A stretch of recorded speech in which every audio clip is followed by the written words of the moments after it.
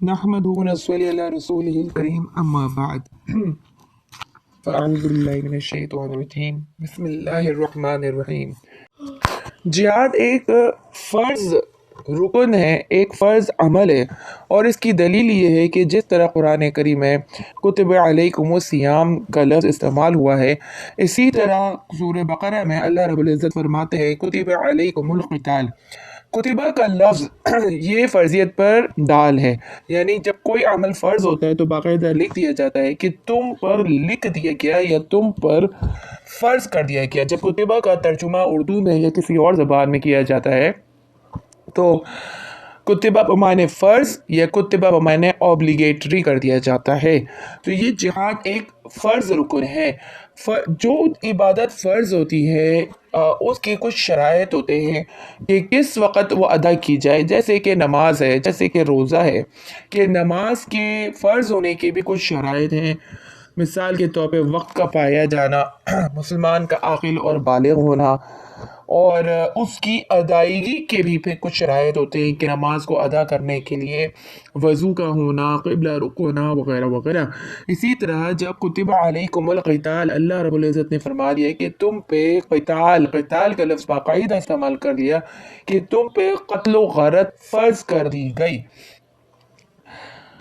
جب کوئی عبادت فرض کر دی جاتی ہے تو پھر اس کی شرائط کی طرف بھی دیکھنا لازم ہے۔ انشاءاللہ تعالیٰ وہ آگے ہم پڑھیں گے کہ جہاد فرض کب ہے، اور بعض لوگوں کے نزدیک جب شرائط نہیں پائی جائیں گی تو جہاد فرض نہیں ہے، لیکن ایسا نہیں ہے۔ فرض کے پھر دو قسمیں ہوتی ہیں، ایک فرض عین اور فرض کفایہ۔ جہاد ایک ایسا فرض ہے کہ جس کی فرضیت کسی زمانے میں بھی ختم نہیں ہوتی۔ کسی بھی وقت یہ نہیں کہا جا سکتا ہے کہ ابھی شرائط نہیں پائے جا رہے تو جہاد فرض نہیں ہے یا جہاد ادا نہیں ہوگا، بلکہ فرض کی دو اقسام بن جاتی ہیں، فرض عین اور فرض کفایہ۔ کچھ حالات کی مناسبت سے جہاد کسی وقت فرض کفایہ ہو جاتا ہے، اور کچھ حالات کی مناسبت سے جہاد فرض عین ہو جاتا ہے۔ اب یہاں سوال پیدا ہو سکتا ہے کہ قتل و غارت کیوں فرض کی گئی؟ آخر قتل و غارت کوئی اچھی چیز تو ہے نہیں، خون بہانا اچھی چیز ہے تو نہیں، جان لینا کسی کی کوئی اچھی چیز ہے تو نہیں، تو کیوں اس کو کہا گیا کہ تم پر قتال جو ہے وہ فرض کر دیا گیا؟ تو جان لیجئے کہ خود اللہ تعالیٰ قرآن میں فرماتے ہیں وَلَوْلَا دَفْعُ اللَّهِ النَّاسَ بَعْضَهُمْ بِبَعْضٍ لَفَسَدَتِ الْأَرْضُ وَلَكِنَّ اللَّهَ ذُو فَضْلٍ عَلَى الْعَالَمِينَ۔ اور اگر اللہ تعالیٰ کا بعض کو بعض کے ذریعے سے دفع کرا دینا نہ ہوتا تو زمین فساد سے پر ہو جاتی، لیکن اللہ تعالیٰ جہان والوں پر مہربان ہے۔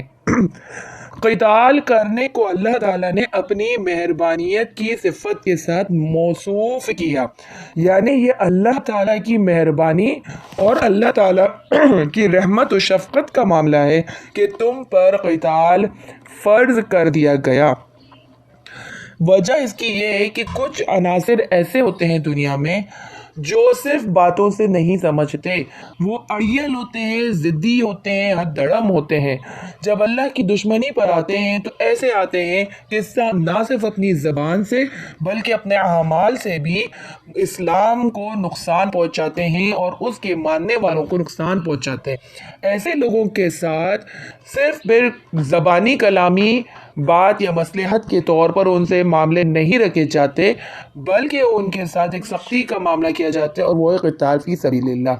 یاد رکھیے گا کہ دین کے تمام ارکان، دین کے تمام عبادات کی حفاظت قتال فی سبیل اللہ سے ہی ممکن ہے۔ جو عناصر اسلام دشمن ہوتے ہیں وہ آہستہ آہستہ آپ کے آئیڈیالوجی کو، یعنی آپ کی اسلامک آئیڈیالوجی کو تبدیل کرتے ہیں اور آپ کو ایک محدود سوچ میں بند کرتے ہیں۔ ایسے عناصر کو ہٹانے کے لیے جہاد فی سبیل اللہ کیا جاتا ہے۔ ہر عبادت کی حفاظت جہاد فی سبیل اللہ ہے، ہر رکن کی حفاظت جہاد فی سبیل اللہ ہے، اور اس کی دلیل خود اللہ رب العزت فرماتے ہیں کہ جو فتنہ پرور لوگ ہیں ان کے ساتھ قتال کرنے پر ہی اللہ تعالیٰ کی رحمت و شفقت آپ پر نازل ہوتی ہے۔ اللہ تعالیٰ نے ایک رحمت کے طور پر قتال فی سبیل اللہ کا حکم آپ پر نازل کیا گیا، کیونکہ اگر صرف مصلحت کی بات ہوتی تو یقین جانیں پاکستان کو 72 سال ہو گئے آزاد ہوئے، اور یہ ٹیبل کانفرنسز آج تک جاری ہے، لیکن کشمیر آج تک آزاد نہ ہوا، بلکہ اب تو افسوس سے کہنا پڑتا ہے کہ کشمیر جو ہے وہ پاکستان سے نکل کر انڈیا کا حصہ بھی بن چکا ہے۔ تو یہ کیوں ہوا؟ آپ کچھ کہیں گے کہ جی ہمارے ملک میں سے مجاہدین گئے تھے، فلاں گئے تھے، تو میں پھر یہ کہوں گی کہ جب کفایت پوری نہیں کی جاتی، جب جہاد کی شرائط مکمل نہیں کیے جاتے تو نتیجے درست نہیں آتے۔ بہرحال انشاءاللہ اس کی تو ہم آگے بات کریں گے۔ آگے اللہ تعالیٰ فرماتے ہیں فَاقْتُلُوا الْمُشْرِكِينَ حَيْثُ وَجَدتُّمُوهُمْ وَخُذُوهُمْ وَاحْصُرُوهُمْ وَاقْعُدُوا لَهُمْ كُلَّ مَرْصَدٍ، مشرکوں کو جہاں پاؤ قتل کرو اور پکڑو اور انہیں گھیر لو اور ان کی طاق میں ہر جگہ بیٹھ جاؤ۔ دنیا میں تمام ظلم کو اگر اکٹھا کیا جائے تو سب سے بڑا ظلم شرک ہے، اور اسی شرک کا خاتمہ جہاد فی سبیل اللہ ہے۔ اللہ تعالیٰ فرماتے ہیں کہ اس وقت حدیث مبارکہ نبی پاک صلی اللہ علیہ وسلم فرماتے ہیں کہ مجھے حکم دیا گیا ہے کہ میں اس وقت تک جہاد کروں یہاں تک کہ لوگ لا الہ الا اللہ کا اقرار نہ کر لیں۔ یہ بخاری اور مسلم کی حدیث ہے، جس میں حضرت ابو ہریرہ رضی اللہ تعالیٰ عنہ سے روایت ہے کہ آپ صلی اللہ علیہ وسلم نے ارشاد فرمایا مجھے اللہ تعالیٰ کی طرف سے حکم دیا گیا کہ میں اس وقت تک لوگوں سے قتال کرتا رہوں جب تک کہ وہ لا الہ الا اللہ کا اقرار نہ کر لیں۔ پھر جب وہ لا الہ الا اللہ کا اقرار کر لیں گے تو ان کے جان اور مال سوائے شرعی حقوق کے ہم سے محفوظ ہو جائیں گے، اور ان کا حساب اللہ تعالیٰ کے ذمہ ہوگا۔ شرعی حقوق سے مراد یہ ہے کہ کوئی مسلمان ہو جاتا ہے اور کسی مسلمان کو قتل کر دیتا ہے یا چوری یا ڈاکہ ڈالتا ہے تو اس کے اوپر حدود نافذ کیے جاتے ہیں۔ تو یہ اسلامی دائرے میں رہ کر یہ کام ہوتا ہے کہ جب کوئی شخص مسلمان ہو جاتا ہے تو اس کے اوپر کچھ پابندیاں اسلام کی طرف سے اللہ کی طرف سے لگا دی جاتی ہیں، اور ان پابندیوں کو جب وہ توڑتا ہے تو اس پر حدود نافذ کیا جاتا ہے۔ تو اللہ تعالیٰ فرماتے ہیں کہ آپ صلی اللہ علیہ وسلم کو بھی حکم فرمایا کہ آپ اس وقت تک جہاد کریں جب تک کہ شرک دنیا سے ختم نہ ہو جائے۔ اب یہاں پر ایک اور کانسیپٹ کی تردید ہو جاتی ہے جو آج کل بہت عام ہو رہی ہے کہ لوگ کہتے ہیں ہر کسی کو اپنے دین پر چلنے کا حق ہے۔ اس کانسیپٹ کے پیچھے ایک مغربی سازش ہے، اور وہ یہ ہے کہ وہ یہ تاثر دیتے ہیں کہ every religion has equal rights, کہ ہر دین کا برابر حقوق ہے، ہر دین کا حق ہے کہ وہ زمین پر پھیل سکے، ہر دین کا حق ہے کہ اس کے ماننے والوں اس پر آرام سے چل سکے۔ حالانکہ یہ دنیا کی تخلیق اور انسان کی تخلیق اللہ رب العزت نے اپنی عبادت کے لیے کیا تھا، اپنی مرضی کے دین چلانے کے لیے نہیں کیا تھا۔ لیکن ایک بات اور بھی غور کر لیں کہ اسلام حکم یہ نہیں دیتا کہ تلوار کی نوک پر آپ کسی کو مسلمان کریں، ہاں البتہ شرک کا خاتمہ ضرور دیتا ہے۔ یا تو آپ سب سے پہلے مشرکین کو اسلام کی دعوت دیتے ہیں، اور اگر وہ اسلام کی دعوت قبول نہیں کرتے تو پھر ان کو دوسری تجویز جو دی جاتی ہے وہ یہ دی جاتی ہے کہ وہ مسلمانوں کو جزیہ ادا کریں، مسلمانوں کے خلیفہ کو جزیہ ادا کریں۔ اگر وہ اس چیز سے بھی انکار کر دیتے ہیں تو پھر جہاد فی سبیل اللہ کر کے انہیں ختم کیا جاتا ہے، کیونکہ وہ پھر وہ عنصر بن رہے ہیں جو اللہ کے دین کے خلاف سخت دشمنی اختیار کرنے جا رہے ہیں۔ جب کوئی کافر، کوئی مشرک جزیہ دینے کے لیے راضی ہو جاتا ہے، گویا وہ اسلام کے اندر یعنی اسلام کے ماتحت آ جاتا ہے۔ اب مسلمانوں کی ذمہ داری ہے کہ اس کے حقوق کی حفاظت کرے۔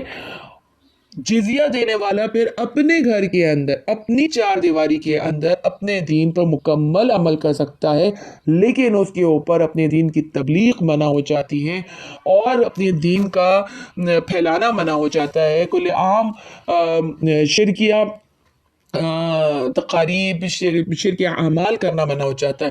جیسے مثال کے طور پہ کوئی ملک ہے جو راضی ہو گیا جزیہ دینے کے لیے، تو پھر یہ حکم یہ ہوتا ہے کہ اس ملک کا جو بادشاہ ہے یا اس ملک کے جو لوگ ہیں وہ اپنے ملک کی حدود کے اندر اندر اپنے دین پر عمل کریں گے، لیکن ان کے لوگوں کا جتھا اپنے ملک سے نکل کے دوسرے ملکوں میں جا کر اپنے دین کی تبلیغ نہیں کر سکتے، اور اسی طرح مسلمانوں کے خلاف کسی کافر کے ساتھ متحد ہو کر لڑ نہیں سکتے. مسلمانوں کی ذمہ داری ہوتی ہے کہ وہ ان کے حقوق کی حفاظت کرے، ان کی عبادت گاہوں کی حفاظت کرے، کیونکہ وہ جزیہ دے رہے. گویا آپ یوں سمجھیں کہ اللہ کی زمین پر وہ کرایہ دے کے رہ رہے ہیں. جیسے گھر کسی کا ہوتا ہے، گھر کا مالک کوئی ہوتا ہے، لیکن کسی کو ضرورت ہے چھت کی تو وہ رہ رہا ہے، اپنی مرضی سے رہ رہا ہے، اپنی مرضی سے کھا پی رہا ہے اس گھر کے اندر، اپنی مرضی سے تقاریب اور تہوار منا رہا ہے اپنے گھر کے اندر، لیکن اس گھر کے اندر رہنے کے لیے اسے کرایہ دینا لازم ہے. اسی طرح اللہ کی زمین پہ صرف اللہ کا نظام چلنے کا حق ہے، اور جو کوئی اللہ کے دین کو قبول نہیں کرتا تو اسے کرایہ دے کے رہنا ضروری ہے. جزیہ بھی اللہ تعالیٰ کی نعمت اور رحمت ہے کہ جس کے ذریعے اللہ تعالیٰ مسلمانوں کے رزق کو پورا کرتا ہے. ہم جب مدرسے میں پڑھتے تھے تو ہمارے استاد محترم فرماتے تھے کہ اللہ تعالیٰ نے کافروں سے یہ کام لیے اور یعنی خدمتیں لی تاکہ مسلمان آرام سے بیٹھ کر اپنے اللہ کی عبادت کر سکیں، اللہ تعالیٰ کی توحید بجا لا سکیں.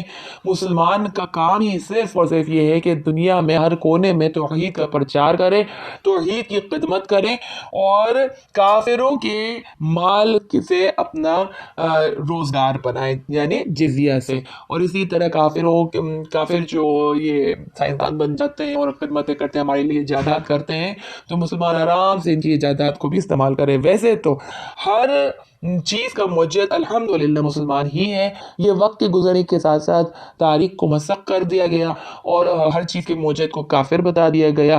حالانکہ اگر آپ دیکھیں تو یہ جب ٹیکنالوجی نہیں تھی اور جب یہ تمام آلات نہیں تھے، اس وقت کی بات ہے کہ آنکھ کا نقشہ بنانے والا بھی ایک مسلمان ہی تھا، جس کے نقشے پر آج تمام ایڈوانس آئی آپریشنز اور سرجریز آج بھی ہوتی ہیں.